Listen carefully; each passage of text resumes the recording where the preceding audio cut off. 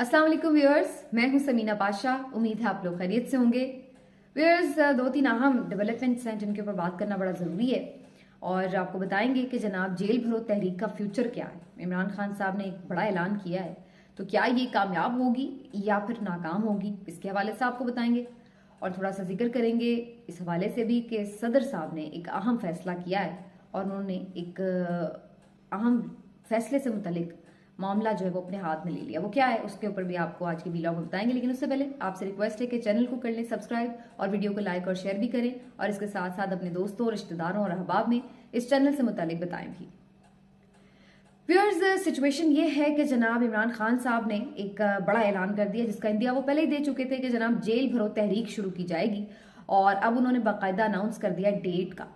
उन्होंने कहा है कि जनाब 22 फरवरी बुध के रोज से जेल भरो तहरीक का आगाज लाहौर से होने जा रहा है, जिसमें अहम लीडरशिप भी गिरफ्तारियां देगी, कारकुनान गिरफ्तारियां देंगे और उसके बाद फिर ये सिलसिला दायराकार बढ़ता चला जाएगा दीगर शहरों की तरफ भी और इस तरह मुल्क भर से जेल भरो तहरीक के सिलसिले में कारकुनान गिरफ्तारियां देकर जेलें भर देंगे। इसका बुनियादी मकसद मैंने पहले भी अपने एक वीलॉग में बताया था कि मकसद तो इसका यही होता है कि जो भी हुकूमत वक्त है उसके ऊपर प्रेशर डाला जाए, उसको ये बताया जाए, ये रियलाइज कराने की कोशिश की जाए कि जनाब आप जो गैर कानूनी तरीके से, भोंडे तरीके से, बिल्कुल बेहुदा किस्म के केसेस बनाकर जो गिरफ्तारियां कर रहे हैं, ये मावराए आइन और कानून है।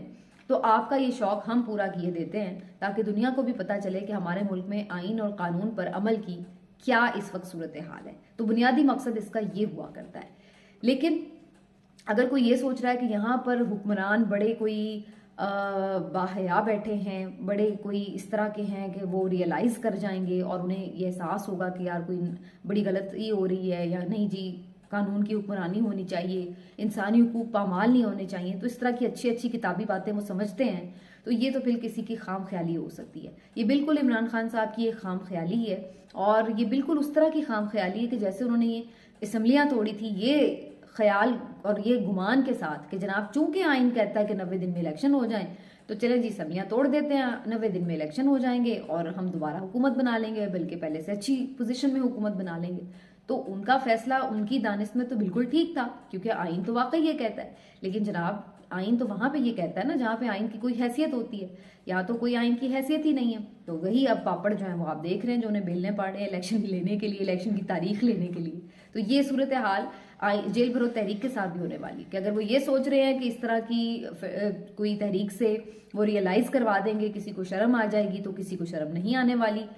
बिल्कुल ये उनकी खाम ख्याली है। उल्टा अगर वो उनके लिए तो मैं ये कहूंगी कि ये मौका बन जाएगा कि इमरान खान साहब को गिरफ्तार कर लें, पूरी पीटीआई की लीडरशिप को गिरफ्तार कर लें और बाकी जो कोई कारकुनान हैं या छोटे मोटे वोटर सपोर्टर भी अगर आ ही जाए, वैसे तो मुझे उसका इम्कान नहीं नजर आता, लेकिन अगर वो आ भी जाएं तो उनको वो गिरफ्तार ही नहीं करेंगे, उनको घर भेज देंगे और बाकी सारी पीटीआई को पकड़ के वो बंद कर लेंगे। उनका काम तो आसान हो गया, अल्लाह अल्लाह और खैर सल्ला। तो ये कोई ऐसी ही सूरत हाल नजर आ रही है बज़ाहिर। इस तरह की मूवमेंट्स उस वक्त कामयाब होती हैं जब अवाम जागे हुए होते हैं, जब अवाम जुड़े हुए होते हैं किसी कॉज के साथ, जब अवाम इतने बाशऊर होते हैं, बाहिम्मत होते हैं, निडर होते हैं और एक जज्बे से सरशार होते हैं, तो ऐसी मूवमेंट्स कामयाब होती हैं। हम माजी में देख लेते हैं, लोगों ने हंगर स्ट्राइक्स की हैं, लोगों ने जाने दे दी हंगर स्ट्राइक के ऊपर। नेल्सन मंडेला ने कितने साल जेल में गुजारे हैं। और या आप देख लें कि कुर्बानी जब कोई आप देते हैं तो जानों की कुर्बानी देनी पड़ती है। लोग जब बाहर निकलते हैं तो मार खानी पड़ती है। लोग जब बाहर निकलते हैं प्रोटेस्ट के लिए तो आपको डंडे खाने पड़ते हैं, आंसू गैस की शेलिंग बर्दाश्त करनी पड़ती है, कैद होना पड़ता है, बहुत कुछ बर्दाश्त करना पड़ता है। क्या हमारे लोग, हमारी कौम, पाकिस्तानी अवाम इस लेवल तक है? मेरा नहीं ख्याल। मैंने आपको अपने पिछले कुछ वीलॉग्स में भी ये बात कही थी, जब पेट्रोलियम प्राइस की कीमतें हुई थी ज्यादा, तो मैंने पेट्रोलियम मसनूआत की कीमतें ज्यादा हुई थी तो मैंने उसी वक्त कहा था कि जब मैंने जाके लोगों में से बात करने की कोशिश की, मैंने सोचा कि पता नहीं आज तो लोग फट पड़ेंगे, मसनूआत की कीमतें बढ़ने के ऊपर बड़ा रिएक्शन होगा, तो ऐसा कुछ भी नहीं था। तो मुझे ये अंदाजा हुआ कि अगर देखा जाए तो हमारी कौम को तो ऐसा लगता है किसी चीज से फर्क ही नहीं पड़ता।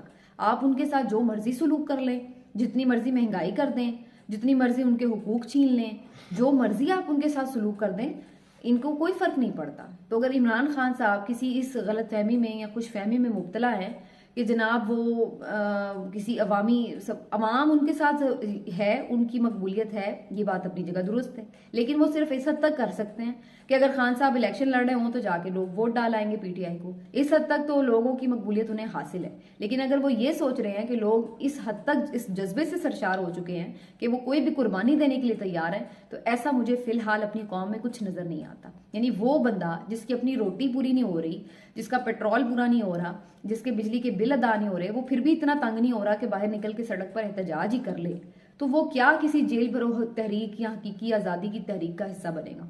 उसको तो ये नारा भी समझ नहीं आएगा। वो तो कहेगा बस यार मेरी रोटी पूरी हो जाए किसी तरह, मैं जा रहा हूँ। और दूसरा लेवल ये डिसअपॉइंटमेंट का, कि उन्हें लगता है कि यार हम कुछ भी कर लें उससे कोई फर्क नहीं पड़ता है। ये हमने लोगों में रवैया बड़ा आम देखा है कि लोगों से आप बात करें कि जी आप रिएक्ट नहीं करते या प्रोटेस्ट, वो कहते हैं कि फर्क पैंदा है, इतने केड़ा किसी को कोई फर्क पैंदा है। और ये बात सही है। जब लोग मुसलसल निकल रहे थे, इमरान खान साहब ने जब उनकी गवर्नमेंट गिरी और उससे अगले दिन 10 अप्रैल को लोग बाहर निकले, खुद तो बड़ी तादाद में लोग निकले, और उस वक्त लग रहा था बज़ाहिर कि कोई रेवोल्यूशन आ गया है कि पता नहीं लोग बाहर निकल आए। लेकिन लोगों ने निकल के देख लिया, उनकी उम्मीद टूट गई। उन्होंने कहा यार हम निकले भी हैं तो क्या फर्क पड़ गया, चीजें जू की तू हैं, ताकतवरों ने जो करना है वो कर रहे हैं। ताकतवर तो एक बदमस्त हाथी की तरह है जो नशे में चूर है ताकत के इक़्तिदार के, वो जो चाहे रोंगता फिर रहा है अपने पाँव के नीचे। हमारी हैसियत ही क्या है? जब लोग उसके डेस्परेशन के लेवल पे आ जाते हैं तो फिर उसके बाद उन्हें यही लगता है कि यहाँ पे कुछ नहीं बदलने वाला, ये मुल्क 75 साल से ऐसे चल रहा है, ऐसे ही चलना है। तो लिहाजा वो ना बाहर निकलते हैं, ना एफर्ट करते हैं, और ना ही वो किसी इस तरह की मूवमेंट का हिस्सा बनते हैं। हाँ, मैक्सिमम वो वोट डालने को निकल आते हैं, वो अलग बात है। तो इमरान खान साहब की ये तहरीक में अगर अब वो ये सोच रहे हैं कि अवाम जौक दर जौक आके जेलें भर देंगे, मुझे इसके इम्कान कम नजर आ रहे हैं। कारकुनान जरूर जो उनके होंगे वो उसमें हमें थोड़े बहुत नजर आ जाएंगे आगे आगे, लेकिन अल्टीमेटली ये उस लेवल पे चीज नहीं जाएगी कि बिल्कुल जिसको आप कहेंगे जिसने टेबल टर्न कर दिए। तो बज़ाहिर इसका जो इम्कान है कम नजर आ रहा है। अलबत्ता हुकूमत इससे पूरा फायदा उठाने की कोशिश करेगी, और उसकी कोशिश यही होगी कि ये सारी लीडरशिप जो है पीटीआई की उसको काबू कर लिया जाए इसी बहाने। एक तो अपने अरमान पूरे कर लिए जाए उन्हें गिरफ्तारियों के, और दूसरा ये कि इससे जो उन्होंने बाहर रह के एक प्रेशर डाला होता है, हर रोज कोई नया शोशा छोड़ देते हैं, अब ये हम कर रहे हैं, अब ये हम करें, तो उससे भी जान छूटे। इससे एक बात और भी जाहिर होती है कि इमरान खान साहब अब बिल्कुल क्लियर है इस पर कि इनको पता चल गया है कि इलेक्शन नहीं हो रहे। इसी वजह से इमरान खान साहब जेल भरो तहरीक की तरफ जा रहे हैं, क्योंकि अगर इलेक्शन अनाउंस हुए होते, लोग कारकुनान तहरीक की क्या नाम है इंतखाबी मुहिम चला रहे होते, इलेक्शन की तैयारियां कर रहे होते, तो फिर तो इमरान खान साहब उन्हें उसी तरफ माइल रखते ना कि उन्हें कह रहे होते कि जाए जाके जेलें भर दें। तो इसका मतलब ये कि इमरान साहब अब कन्विंस हैं कि फिलहाल मुल्क में इलेक्शन उन्हें नजर नहीं आ रहे। लेकिन इस मामले पर एक अहम शख्सियत यानी सदर मुमलिकत आरिफ अलवी साहब ने एक अहम कदम उठाया। उन्होंने चीफ इलेक्शन कमिश्नर साहब को एक खत लिखा है जिसमें उन्होंने कहा है कि जी आपकी आईनी जिम्मेदारी थी कि आप डेट अनाउंस करके इलेक्शन का एहतमाम करते, लेकिन आपने नहीं किया, जिससे मुझे मायूसी हुई है आपके रवैये से। लेकिन अब मैं चाहता हूं कि चूंकि लाहौर हाईकोर्ट का फैसला भी आ चुका है तो इसके ऊपर आप मुशावरत करें, और इसके लिए 20 फरवरी को उन्होंने ईवान सदर बुलाकर उन्हें दावत दी है कि आके इस पर मुशावरत करें। नाजरीन, जो इलेक्शन एक्ट का सेक्शन 57 है उसके तहत सदर मुमलिकत के पास ये इख्तियार है कि वो जो इलेक्शन की डेट है वो अनाउंस कर दे। लेकिन कुछ लोग इसकी जो इंटरप्रिटेशन है वो इस तरह करते हैं कि वो बेसिकली कौमी असम्बली के तनाजुर में बात हो रही है। जो सूबाई असम्बली के इलेक्शंस हैं वो मुतल्लिका गवर्नर ही अनाउंस करता है उसकी डेट। लेकिन बज़ाहिर ये है कि जो लाहौर हाई कोर्ट का फैसला है उसमें तो उन्होंने क्लैरिटी से कहा है कि अगर गवर्नर नहीं भी कर रहा तो इलेक्शन कमीशन खुद इस चीज को आगे प्रोसेस को बढ़ाए। तो मुझे तो बज़ाहिर ये लग रहा है कि उसकी तनाजुर में तो किसी और की तरफ जाने की बात जरूरत ही नहीं है।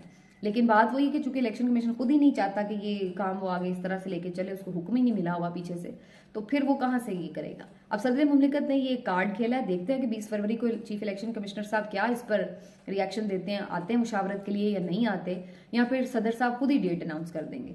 अगर सदर साहब उनकी मुशावरत के बगैर कोई डेट अनाउंस कर देते हैं तो उस सूरत में मेरी नज़र में ये मामला फिर दोबारा अदालत जाता हुआ नजर आ रहा है, जिसको कोई ना कोई फरीक जाके चैलेंज कर देगा कोर्ट में कि जनाब सदर साहब ने तो अपनी मर्जी से ये डेट अनाउंस कर दी, उनका तो ये इख्तियार ही नहीं था, ये तो गवर्नर का इख्तियार है, और या चीफ इलेक्शन कमिश्नर से उन्होंने मशवरा नहीं किया, ये तो इलेक्शन कमीशन के बगैर कैसे डेट अनाउंस हो सकती है।